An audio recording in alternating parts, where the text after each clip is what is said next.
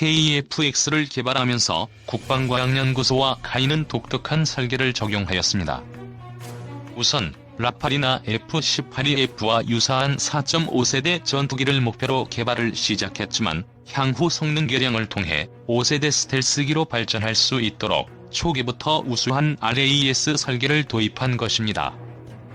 KEFX를 위한 다단계 스텔스 전략. 국방과학연구소와 카이의 계획은 KEFX 블록 1을 실전 배치한 이후 향후 블록 3 개량 사업을 통해 KEFX의 내장형 웨폰 베이를 장착하고 램 도료와 기타 절연 재료 등을 적용함으로써 5세대급 스텔스 전투기로 거듭나게 할 계획입니다. 한국의 스텔스 역사는 비교적 길어서 1990년 걸프전을 통해 F-117 스텔스 전폭기가 큰 활약을 펼치자 1996년 1월 국내에서도 국방부와 공군, 해군, 그리고 국방과학연구소 전문가들이 모여 한국적 상황에 적합한 스텔스 무기체계 연구를 본격화했습니다. 다양한 스텔스 기술 중 항공 분야 기술을 담당한 곳이 바로 국방과학연구소 3체계 개발본부이며 1999년 7월부터 스텔스 형상 설계 재료 개발 과제를 개시하였습니다. 국방과학연구소는 KEFX 블록 1을 실전 배치한 이후 향후 컴퓨터 그래픽처럼 블록 3 사업을 통해 KEFX의 내장형 웨폰 베이를 장착하고 램 도료와 기타 절연 재료 등을 적용함으로써 5세대급 스텔스 전투기로 거듭나게 할 계획입니다. 한국형 램 개발 현황. 스텔스 기술의 다른 한 축인 레이더 흡수 재료의 개발은 1997년부터 본격화되었습니다. 국방과학연구소는 300여 종의 다양한 무기계, 유기계, 금속계 물질을 사용해 다양한 테스트를 수행, 수많은 시행착오 끝에 도전 손실, 자성 손실, 분극 손실 기능 모두를 갖춘 나노 구조, 신물질을 개발하는 데 성공하였습니다. 또한 새로운 램을 개발하면서 각각의 재료물질이 어떻게 반응하는지를 모두 데이터베이스로 축적, 향후 추가적인 개발과 개량이 가능하도록 배려하였습니다. 물론 중간 과정에서 고통도 많았다고 합니다. 국내의 이상한 발명가들이나 작은 기업에서 자신들이 우수한 스텔스 기술을 개발했다며 국방과학연구소의 기술 개발이 필요 없다면서 시비를 걸어온 것입니다. 국방과학연구소는 그때마다 꼬박꼬박 문제의 첨단 램 소재를 테스트해봤는데 하나같이 충분한 흡수 성능이 나오지 않거나 성능이 나오면 환경 특성이 엉망인, 즉 실험실 밖에서는 사용될 수 없는 기술들이어서 국과연 전문가들의 가슴을 먹먹하게 만들었다고 합니다. 한국형 램의 등장.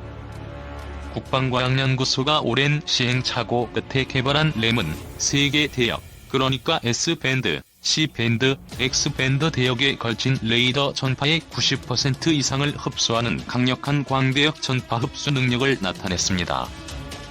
국과연은 이를 검증하고자 2001년 4월 공군의 협조를 받아 F-4 팬텀 전투기에 한국형 램을 도포한 이후 실제 RCS를 측정한 결과 예측한 수준의 RCS 저감 능력을 실증하기도 했습니다.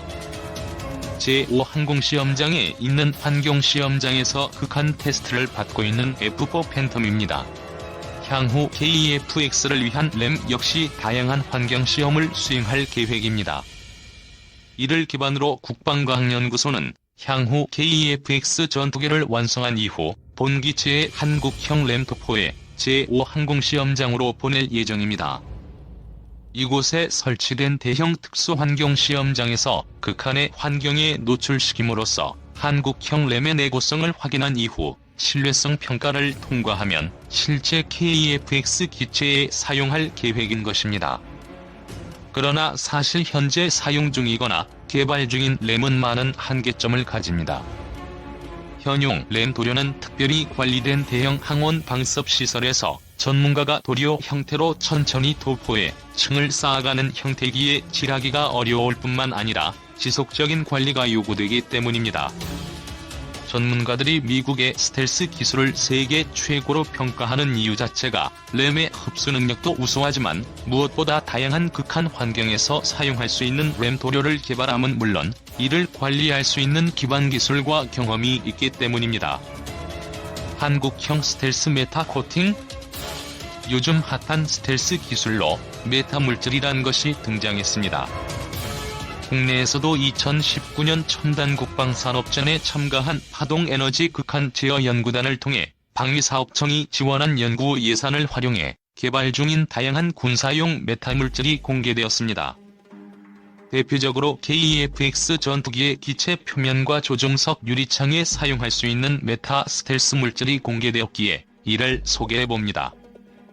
여기서 메타 물질이란 현존하는 물질의 형태와 구조를 인위적으로 변경함으로써 자연적인 물질에서 나오지 않는 특이한 성질을 발휘하도록 만들어낸 인공적인 물질을 의미합니다. 파동에너지 극한 제어 연구단이 개발한 유연 메타표면 흡수체 기술 개념을 보여줍니다. 유연 메타표면 흡수체.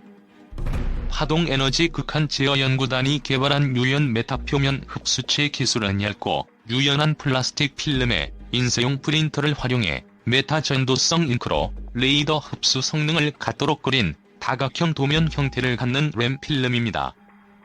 이렇게 스텔스 성능을 갖추도록 인쇄된 유연한 필름을 KEFX 전투기 표면에 붙이는 형태, 즉 자동차에 랩핑 필름을 붙이는 것처럼 부착함으로써 광대역 스텔스 능력을 발휘할 수 있습니다. 필름형 코팅의 장점은 기존의 램 도료처럼 특수하게 관리되는 전문 시설이 필요하지 않으며 투명한 플라스틱 필름을 사용하므로 외부 온도 변화, 특히나 비와 수분 등에 강할 것으로 예측되고 있습니다. 다만 아직 충분한 환경시험은 아직 실행되진 않았다고 합니다. 그래서 파동에너지 극한 제어 연구단은 방위사업청의 자금 협력을 원하고 있었고 이에 2019년 전시회에 참가하였습니다. 연구진들은 스텔스 메타 코팅에 대한 X-쿠밴드 대역 반사파 측정 결과 무려 -40.7dB 수치, 즉 레이더 반사파가 1/10,000까지 감소한 결과를 확보했다고 합니다. 이론적으로는 KEFX가 가진 우수한 RAS 형상 설계에다 스텔스 메타 코팅이 적용된다면 충분히 5세대급 스텔스 성능을 발휘할 수 있다고 합니다. 그래핀 기반 전도성 코팅 재료. 파동에너지 극한 제어 연구단은 그래핀 소재를 사용한 스텔스 유리, 전문적으로 전도성 코팅 재료도 함께 공개하였습니다. 스텔스 전투기의 경우 조종석에 탑승한 조종사의 헬멧이 전투기보다 훨씬 높은 레이더 반사 면적을 형성하므로 반드시 조종석 유리도 스텔스화될 필요가 있습니다. F-16 블록 50입니다. 조종석 유리창이 살짝 금빛을 띠고 있음을 볼 수 있습니다.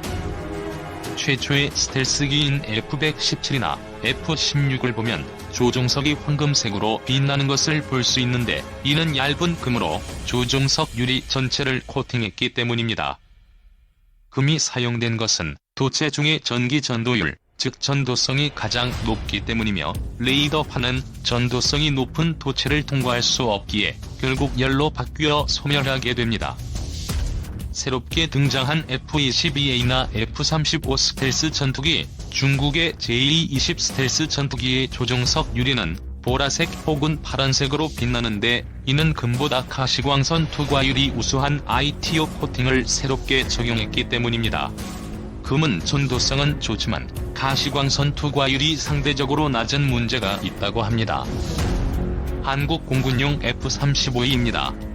조종석 유리창이 파란색 혹은 보라색을 띠고 있는데 이는 ITO 필름으로 코팅되어 있기 때문입니다. KEFX의 선택은 ITO? 국방과학연구와 카이는 현재 KEFX를 위한 투명체 전도성 코팅 재료를 개발하고 있습니다. 개발 이유는 스텔스 성능을 달성함과 동시에 비행 중에 태양열이나 전투기 공력 가열로 생기는 열을 얇은 도체 필름으로 차단할 수 있기 때문입니다. 스텔스 효과도 상당해서 F-16의 경우에는 CD형 이후부터 제한적인 램프포와 조종석 유리에 대한 금 전도성 코팅을 적용해 RCS를 1에서 3제곱미터급으로 낮추었습니다. 이는 개발 단기부터 스텔스 설계를 적용한 타이푼이나 라팔과 같은 4.5세대 전투기와 동등한 스텔스 성능을 갖추게 되었음을 의미합니다.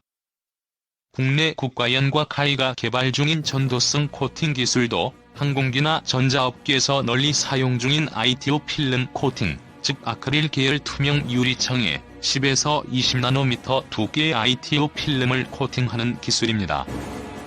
현재 국내 개발된 ITO 코팅의 성능은 X밴드 대역 주파수 대역에 대해 수직 입쇄된 레이더파에 대해서는 90% 이상, 경사 입쇄된 레이더에 대해 80% 흡수율을 달성하는 수준이라고 합니다. 하동에너지 극한 제어 연구단은 KEFX에 사용할 수 있는 그래핀 소재를 사용한 스텔스 유리, 전문적으로 전도성 코팅 재료도 함께 공개하였습니다. 그래핀 전도성 코팅 재료. 하동에너지 극한 제어 연구단은 KEFX를 위하여 신소재인 그래핀을 사용한 전도성 코팅 재료를 제안하고 있었습니다. 왜 그래핀을 사용할까요? 인공적으로 만들어진 탄소원자 구조물인 그래핀은 스텔스 성능의 핵심인 전도성이 구리보다 100배 이상이며 전투기 공력 가열로 생기는 열을 차단하는 척도인 열전도성의 경우에도 최고의 열전도성을 자랑하는 다이아몬드보다 2배 이상 높다고 합니다. 무엇보다 가시광선에 대한 흡수량이 아주 낮아 550나노미터의 파장을 기준으로 가시광선에 대한 투과율이 97.7%이나 되어 기존의 ITO 코팅과 비교하지 못할 정도로 우수하다고 합니다. 가시광선 투과율이 중요한 것은 도그파이터 상황에서는 조종사의 눈이 전투의 핵심이 되는데 기존의 금이나 ITO 코팅은 약간의 왜곡 현상이 있는 데다 가시광선을 차단해 장거리 표적이 잘 보이지 않는 경우가 있기 때문입니다. 이렇게 그래핀은 무적의 성능을 자랑하지만 약점도 있습니다. 설명해준 전문가는 핵심이 되는 그래핀 소재의 생산 기술이 아직 제대로 확립된 상태가 아니므로 생산 체계 마련에 어느 정도 어려움이 있을 것으로 예측하고 있었습니다. 이렇게 대량 생산은 아직 어려운 상황이지만 그래핀 기반 조종석 유리는 아직 미국도 생산에 성공하지 못한 신기술이므로 한국에서 먼저 성공해 상용화시킨다면 충분히 미국의 F-35 전투기에도 제한할 수 있는 전략적 신기술이기도 합니다. 특히나 한국은 전자공학 기반이 튼튼해 그래핀 기술에서는 미국과 동등한 기술력을 자랑합니다. 역시나 하동에너지 극한 제어 연구단은 환경시험과 그래핀 양산기술 확립을 위한 방위사업청의 자금적인 지원을 바라고 있었고 아주 가치 있는 기술이라고 생각됩니다. 다행히 국내에서도 한국형 다퍼 프로그램이 진행되고 있어 메타 스텔스 기술에 대한 자금 투자가 지원될 가능성이 높다고 합니다. KEFX를 위한 메타 스텔스 기술과 장보고 3급 잠수함을 위해 개발 중인 메타 스텔스 기술, 한국의 자랑인 질화갈륨 전력 증폭 소자 등의 첨단 기술은 밀리터리 리뷰 이지 1908호를 통해 보다 자세히 소개되고 있습니다. 국내 웨이브스가 공개한 AESA 레이더 핵심 부품인 질화갈륨 증폭 소자입니다. 오른쪽에 있는 것이 헬샘과 울산 I 배치 3급 AESA 레이더에 사용할 질화갈륨 증폭 소자 샘플입니다. 본 회사는 KEFX의 AESA 레이더에 사용되는 X밴드 AESA용이 개발도 완료하였고 현재는 가밴드용 질화갈륨 증폭 소자를 국가연과 함께 개발하고 있습니다.